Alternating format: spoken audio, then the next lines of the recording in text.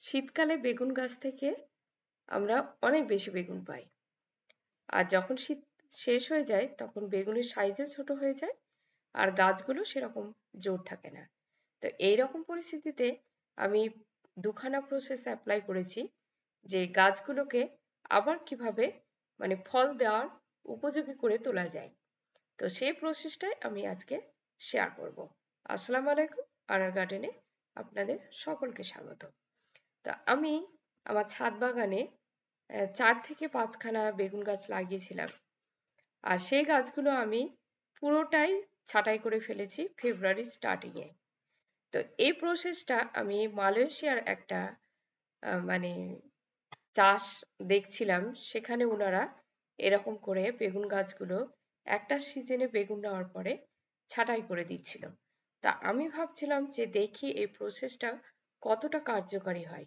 তা আমি যে জায়গাগুলোতে বেগুন গাছ ছিল, বেগুন উঠিয়ে নেওয়ার পরে আমি কিন্তু প্রত্যেকটা গাছই পুরো ছাঁটাই করে ফেলেছি। জাস্ট ওর স্টিমটা একটুখানি আছে এই রকম অবস্থাতে রেখে দিয়েছি। তারপর উনারা যে কি প্রসেস অ্যাপ্লাই করে তারপর আমার জানা নেই, তবে ওরা এরকম করেই রেখে দিচ্ছিল। তা আমি নিজে থেকে দুটো প্রসেস অ্যাপ্লাই করেছি আর তাতে আমি সাকসেসফুল হয়েছি। আমি রেজাল্টটাও আপনাদেরকে দেখাবো যে এরপরে নেক্সট আমি রেজাল্ট কি পেয়েছি।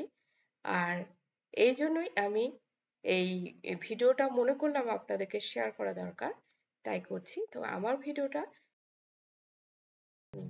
যাদের ভালো লেগেছে তারা প্লিজ সাবস্ক্রাইব করে বেল আইকনটি অন করে রাখবেন। আর যারা ভিডিওগুলো প্রতিনিয়ত দেখেন তাদেরকে আমার তরফ থেকে অনেক অনেক বেশি ধন্যবাদ। তো এখানে এই বেগুন গাছটা দেখতে পাচ্ছেন, এটা কিন্তু আমি কেটে ফেলিনি, এটা পুরোটাই রেখে দিয়েছি। তো এখন আমি কাজ করছি কি, ওর চারপাশ থেকে মাটিগুলো তুলে ফেলছি। তুলে নিয়ে চারপাশে যে ব্রাঞ্চ রুট গুলো থাকে সেগুলো কিন্তু আমি কেটে ফেলছি। যেভাবে পটিং মিক্সচার মেশাতে হয় আমি সেই রকমই একটা হেভি পটিং মিক্সচার দেব, যাতে গাছগুলো আবার পুনরায় প্রাণ ফিরে পায় এবং একটা আবার যেন ফুলে ফলে ভরে যায়। তো এটা সম্পূর্ণই আমার নিজের কনসেপ্ট। আর আমি চেষ্টা করছিলাম যে রেজাল্ট যাতে বেটার পাওয়া যায়, সেটাই তেমন ভাবে একটা পটিং মিক্সচার দিতে, যাতে গাছগুলো দেখতে পাচ্ছেন কতটা বুড়িয়ে গেছে। এই পরিস্থিতিতে সেই রকম আর ফুলও আসছে না, ফলও ধরছে না। তো আমি চাইছি যাতে পুনরায় আবার ফুল ফলে ভরে যায়, তো সেই ব্যবস্থাটা করতে। এই জন্য দেখতেই পাচ্ছেন আমি চারপাশ থেকে মাটি কিন্তু তুলে নিচ্ছি। আর ব্রাঞ্চ রুট গুলো কেটে গেলেও কোনো অসুবিধা নেই, যখন আমি পুষ্টিকর খাবার দিয়ে দেব তখন আবার কিন্তু ব্রাঞ্চ রুট গুলো গজাতে থাকবে। তো এইভাবে দুটো গাছেরই কিন্তু আমি চারপাশ থেকে মাটি সরিয়ে নিচ্ছি। আর এইটা আর আমি তেমন কাটাই ছাড়াই করব না, এইরকম অবস্থাতেই রাখবো। আর আগের যে গাছগুলো দেখালাম, এই যে এই গাছগুলো, এগুলো কিন্তু আমি কাটাই করে দিয়েছি। এগুলো মোটামুটি 10 থেকে 12 দিন হয়েছে আমি কাটাই করে এই অবস্থাতেই ফেলে রেখে দিয়েছি। তো এখন আমার হচ্ছে ইচ্ছে যে অন্যান্য গাছ আমরা কিন্তু রিপট করি, তার ফলে কি হয় যে নতুন ফুল ফল পায়। তো বেগুন গাছ সেভাবে আমি রিপট করিনি, তুলে কোনোবারই করিনি। আমি এতদিন ছাদ বাগান করছি, হয়তো 2 বছরের গাছও আমি রেখেছি, এর আগে দেখিয়েছি। সেটা আবার খাবার দিয়েছি, তার ফলে আবার গাছগুলো তে ফুল ফলে এসেছে। তো এবার আমার মনে হলো যে একটু আমি রিপোর্ট করে দেখি যে কি রকম রেজাল্ট পাওয়া যায়। তো এই জন্য এই গাছগুলোকে পুরোপুরি তুলে ফেলবো আর এটা অন্যভাবে আবার পটিং মিক্সচার দেব, দিয়ে লাগিয়ে দেবো। আমরা যে কনসেপ্টে করি মাটি আর ভার্মি কম্পোস্ট মিশিয়ে, সেই রেশিওটা মাটির রেশিওটা একেবারে কমিয়ে ফেলবো, খুবই কম দেব এবং হালকা তৈরি করব পটটাকে। তাই ভাবছি এটা একটু অন্যরকম করে করি। আর এই ওই গাছটা আমি এইভাবে রেখেছি, ওখানে একটা মিক্সার দেবো। তো মিক্সারটা আমার একই রকমের হবে। এই গাছগুলো রিপোর্ট করার জন্য যে মিক্সারটা তৈরি করব আর ওখানে একটা খাবার দেব, মিক্সার একই হবে। একই খাবার আমি দুই গাছের ক্ষেত্রে দিয়ে দেখবো যে কোনটাতে বেটার রেজাল্ট পাওয়া যায়। মিউকাস সার হচ্ছে ছাদ বাগানে ইউজ করার জন্য সব থেকে বেশি কার্যকারী মানে পারফেক্ট সার। এর উপরে অন্য কোনো সার হতে পারে বলে আমি মনে করি না। তো এই মিউকাস সার তৈরির ভিডিও আমি এর আগে আপলোড করেছি, আমি এর ডেসক্রিপশন বক্সে লিঙ্কটাও দিয়ে দেবো, আপনারা দেখে নিতে পারেন। আর এই মিউকাস সার আমি পুরো 90% দিয়েছি, আর তার সাথে মাত্র 10% মাটি, আর বাকিটা আমি ভর্তি করে দিয়েছি কোকোপিট আর কাঠের গুঁড়ো দিয়ে। যদি মিউকাস সার আপনাদের কাছে না থাকে তবে ভার্মি কম্পোস্ট দিতে পারেন, তার সাথে গোবর সার, শিংকুচি, হাড়ের গুঁড়ো, ডিমের খোলা কুচি, সর্ষের খোল, চা পাতা, নিম খোল, এইরকম আর কি গ্রোথ বৃদ্ধি হয় এরকম নাইট্রোজেন ঘটিত খাবারগুলো কিন্তু আপনাকে অবশ্যই পটিং মিক্সচারে রাখতে হবে। আর মিউকাস সারে এভরিথিং রয়েছে, এই জন্য আমি কোনো কিছু অ্যাড করলাম না। আর কাঠের গুঁড়ো যদি আপনারা না পান তাহলে কোকোপিটটা আপনারা একটু বেশি পরিমাণে দিয়ে দেবেন। আর এখানে আমি ফুরাডান দিয়ে দিলাম 1 টিস্পুন মতো।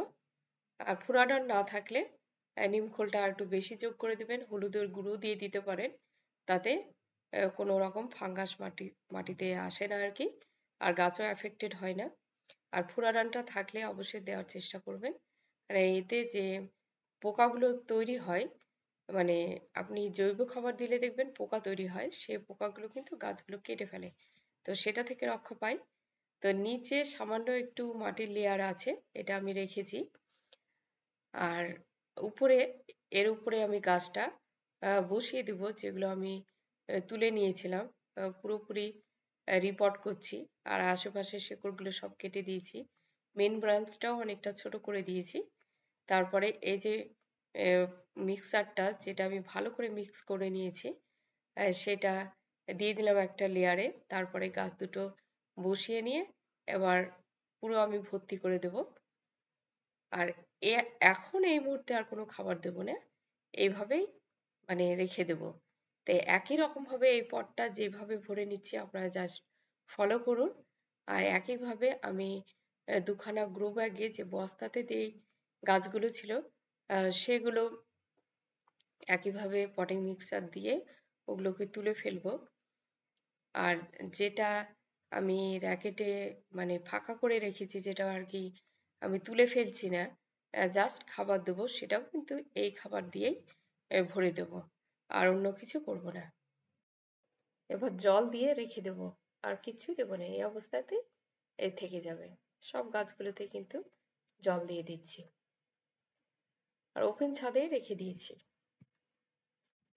আর যেগুলো গ্রো ব্যাগে লাগালাম সেগুলো আপনারা মানে শেডের তলায় ওটা নিয়ে যাওয়াটা সুবিধে, তো শেডের তলায় রেখে দিতে পারেন।